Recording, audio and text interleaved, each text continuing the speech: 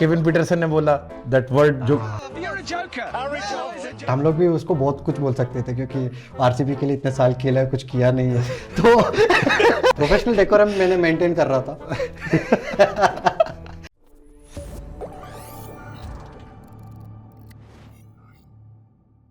Stand तो राइडू ने ही बदला, क्या ऐसा केविन पीटरसन ने बोला when he called you that word जो नहीं कि यार। हे अभी you are wearing other jersey, अब तुम केकेआर में आ गए। देख, क्योंकि उस दिन हम लोग टीम पिकनिक किए थे और चेन्नई गर्म भी था, तो मेरे पास दो जैकेट थे।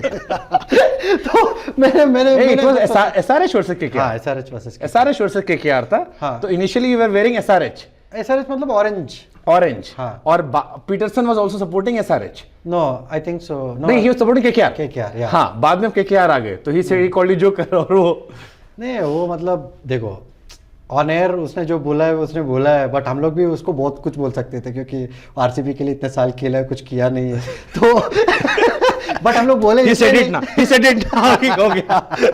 तूने जो कर बुलाया मैं तेरे को क्वेश्चन कर दिया। तो ऐसा कुछ भी नहीं है, बट देखो प्रोफेशनल डेकोरम मैंने मेंटेन कर रहा था। तो उसने बाद में अपोलोजाइज भी किया है कि I shouldn't have said that on air. हाँ, एक्चुअली उसको लोगों ने मिसकोट करके आपके नाम पर काफी चीजें फैलाने लगे। देन उन्होंने कहा कि मैंने उसको एक बहुत ही हेल्दी वे में कहा था और उसको आप अलग मायने निकाल। करेक्ट, हम लोग we are just having banter. हाँ, तो उसमें लोग क्या वो पकड़ के ये वो बोलने लगे, तो फर्क एक्चुअली उसको ज़्यादा पड़ा, मेरे को नहीं। क्या फर्क पड़ने का, कोई कुछ बोले क्या, मैंने बोला है ना अभी। हाँ, बट ऑन एयर जोकर बोल दे भाई, मतलब एक पल मन में आया था कि भाई जोकर ही तो आपको जिताता है। अभी ये नहीं बोलूँगा कि कहाँ जिताता है, बट जनरली पावरफुल पत्ता है वो। ओके। किसी चीज का रिग्रेट है लाइफ में? देखो रिग्रेट वैसा नहीं है, but I could have done a lot of things differently मेरे जैसे कहाँ पर? करियर में जनरली, मतलब where I could have been lot more composed as a youngster, all that. थोड़ा मेच्योरिटी लेट आया है मुझ में, शायद अभी भी आया है नहीं, वो लोगों को पता है। मैं इस पे ही आ रहा था कि जब आपने कहा ना कि मेरे को मैच्योरिटी आ गया, तो मेरे को याद आया भाई ने आईपीएल से रिटायरमेंट का ऐलान किया, फिर कहा एक पॉलिटिकल पार्टी ज्वाइन कर रहा हूँ, फोटो टाइप, मेरे को लगा अब अपना भाई नेता बन गया। 9 दिन बाद आता है फिर रिटायर। नहीं रिटायर नहीं, मैं वो एक्चुअली वो पार्टी के साथ वाईसीपी के साथ मैंने 1 साल ऑलमोस्ट 8 या 9 महीने बिता। लोगों को नहीं पता है, मैंने 100 से ज़्यादा गांव गया हूँ, सुबह से शाम तक लोगों को मिला हूँ, वो पार्टी के लिए काम किया हूँ, मैं हर जगह घूमा हूँ और बहुत लोगों के लिए बहुत सोशल सर्विस भी की है हम लोग वो कॉन्स्टिट्यूंसी में। मैं एक टाइम पे ऐसा हटा है कि हमारा आइडियोलॉजीज नहीं मिल रहे थे। 9 दिन के अंदर आपका आइडियोलॉजी चेंज हो गया? 100 दिन आपने? 9 महीने, 9 नहीं, महीने काम किया आपने मैं छोड़ा जो था ज्वाइन करने के बाद। हाँ। 9 दिन में शायद छोड़ा था। हाँ, मैंने तब मतलब जब ज्वाइन भी हो रहा था तभी भी मैं श्योर नहीं था, तो वो टाइम ऐसा आ गया था कि हमारा आइडियोलॉजी बिल्कुल नहीं मिल रहा था। फिर ज्वाइन क्यों किया? मतलब आपने क्योंकि आईपीएल की जस्ट बाद ज्वाइन किया था, आप रिटायर हुए थे? नहीं, मैं 9 महीने वही पार्टी में था। मतलब वो पहली बड़ी न्यूज थी रिटायरमेंट के बाद की। हाँ। तो हमारे लिए था कि क्योंकि आप जीत कर गए थे तो आप पे कैमरे बहुत ज्यादा फोकस थे। हाँ। क्या करने वाले हो, फिर आपने ज्वाइन किया, बहुत बड़ी खबर बनी, इलेक्शंस भी आ रहे थे। हाँ, तो देखो मैं यही कहूँगा कि कोई बैड ब्लड नहीं है मेरे में और उनमें, वाईसीपी में। मेरे को यही था कि बहुत बड़ी सीख थी और मुझे लगा है कि उस समय पर शायद मैं तैयार नहीं था, क्योंकि जो हिसाब से वो मतलब मैं पॉलिटिक्स का माहौल देखा था। बट इवेंचुअली अभी मैं जो देख रहा हूँ, मैं बाद में एक 6-7 महीने पहले मैंने एक ABVP का नेशनल उसमें गया हूँ, मतलब मीट आंध्रा में हुआ था। भाई आप सबके साथ मैनेज कर नहीं, मैनेज कुछ भी मैं नहीं, किसी पार्टी के साथ नहीं हूँ मैं मेरे को बस बुलाया कि आप देखो। आप पवन कल्याण साथ भी गए थे? वो तो पवन कल्याण साहब भी है ना बीजेपी के साथ। बीजेपी भी आ गया इधर, वाईसीपी भी रहा। और मेरे को तो पवन कल्याण का म्यूजिक आता है, हेलो एपी बाय बाय वाईएसपी। तो मेरे को तो जब आपने बाय बाय किया तो मेरे को वही म्यूजिक चला था, हेलो एपी बाय बाय वाईएसपी। नहीं, वैसा कुछ भी नहीं है। वाईसीपी देखो भाई, पवन कल्याण साहब बहुत बढ़िया काम किए, मतलब कर भी रहे, बहुत ऑनेस्ट आदमी है, ऑनेस्ट पॉलिटिशियन है। आंध्रा के लिए बहुत इंपॉर्टेंट है वैसा एक पॉलिटिशियन रहना। और देखो आंध्रा पॉलिटिक्स अभी ज्यादा घुसेंगे तो फिर अलग ही डायरेक्शन में जाएंगे। नहीं, मैं तो मैच्योरिटी वाले पे हाँ, मैच्योरिटी वाले पे मैं इसलिए आया हूँ कि अभी मैं यही सोच रहा हूँ कि अभी देख रहा हूँ, मैं सीख रहा हूँ। अभी रेडियो पॉलिटिक्स के लिए पॉज काफी। So no politics, final call फिर से ले रहा हूँ, question mark. Because I believe you are too honest for politics. इतना साफ आदमी नहीं चाहिए इंडियन पॉलिटिक्स को, जेल नहीं पाएंगे लोग, नहीं, वैसा या कुछ नेता नहीं। नहीं जेल पाएंगे। नहीं, जेल नहीं पाएंगे वो अलग चीज़ है, but end of the day मेरे को क्या सर्विस करना था, बहुत मतलब मन था कि क्रिकेट के बाद एक पर्पस मिला है, you can go and serve people. But politics देख के वैसा नहीं लगा है कि you can be you can do real service to people. कर सकते हैं but at a very macro level, micro level पे बहुत मुश्किल है इंडिया में आपको पॉलिटिक्स में रह के किसी को भी अगर आप कुछ अच्छा करना चाहते हो तो बहुत मुश्किल है। But end of the day थोड़ा कम ऑनेस्ट रहना पड़ेगा डेफिनेटली। ये अभी सीखे नहीं, हाँ? अभी सीख नहीं पाया। नहीं, सीख लेंगे तो मतलब जिस दिन आप ज्वाइन करोगे उस दिन मैं सोच सकता हूँ कि अब अंबाती रायडू सयाने हो गए, अब उनको समझ में आ गया पॉलिटिक्स में क्या चलता है। हाँ, पॉलिटिक्स मतलब आपको पावर इंपॉर्टेंट है।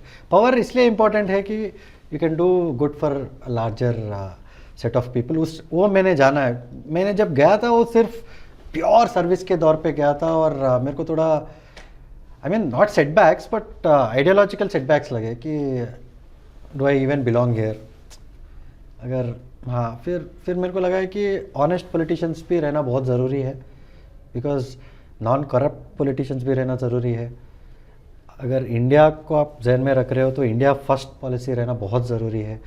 And end of the day power इसलिए आपको ज़रूरी है कि आप सर्विस कर सको, सर्विस ले मत सको।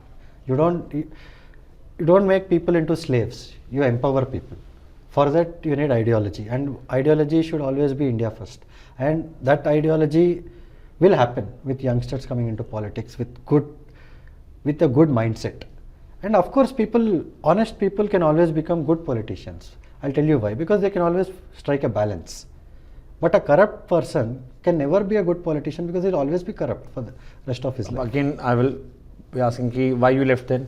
I have not left politics. Who said I left politics? फिर जाओगे आप? फिर जाओगे नहीं यार। I have never left politics. मतलब जो हमारे इलेक्शन का फॉर्मेशन है कि जहाँ पर आप चुनाव लड़ते हो, जीतते हो, हाँ। उस सिस्टम में जाओगे आप? 100% जाऊंगा। नेक्स्ट इलेक्शन में? नेक्स्ट इलेक्शन मतलब see, it can be an election, it can be I'm supporting a party, I'm campaigning for them, campaigning for an ideology, campaigning for empowering youngsters in a state, whatever it is. But I have not left politics. So people it is just that भाई अभी I hope you understand. I am understanding, but मेरे को फिर एक सवाल एक मन में आ रहा है, अंबाती रायडू कांड करते हैं या कांड हो जाता है? बिकॉज ये भी वैसे था कि 9 दिन में छूट गया, तो अगर पहले से इंट्यूशन था तो भाई मत जाते, और फिर गए तो इतनी जल्दी इमोशनल होकर निकल जाना कि यार बहुत जल्दी आप फैसले लेते हो। अगर मैं नहीं, वो फैसला इसलिए लिया कि ड्रैग ऑन होके फिर कुछ गलत काम, मतलब देखो YCP, all due respect Jagan Anna, he is someone who is very loyal to people he trusts. And I just didn't want to be there where I didn't like, because he would expect loyalty from me and my ideology was not matching. Then I can't give that back to him. So I didn't want to betray him because he put his trust. But my ideology was aligning somewhere else. My thought process was aligning somewhere else. तो वो हिसाब में there is no bad. I got that point. But मैं जो पूछ रहा हूँ इसलिए वाला क्योंकि आपका कांड हुआ था, एक ट्वीट आ गया an eye for an eye, और अभी भी लोग गाली दे रहे हैं कि इंडिया पाकिस्तान वॉर लड़ रहे थे और यहाँ पर इन्होंने जान देना शुरू किया। I definitely would say timing थोड़ा गलत था, बट मैंने ये जिक्र करने की कोशिश किया है कि देखो आप सर्जिकल स्ट्राइक्स वेरी गुड, आप जाओ टेररिस्ट को मारो। ऑल आउट वॉर में आपको पता है कि क्या होता है, आप पैलेस्टीन में देख रहे हो, सीरिया में देख रहे हो, इसराइल में देख रहे हो, आप वर्ल्ड ओवर देखते हो कि ऑल आउट वॉर में कोई विनर्स नहीं है। अपने आम जनता will suffer, specially at the borders, families will suffer.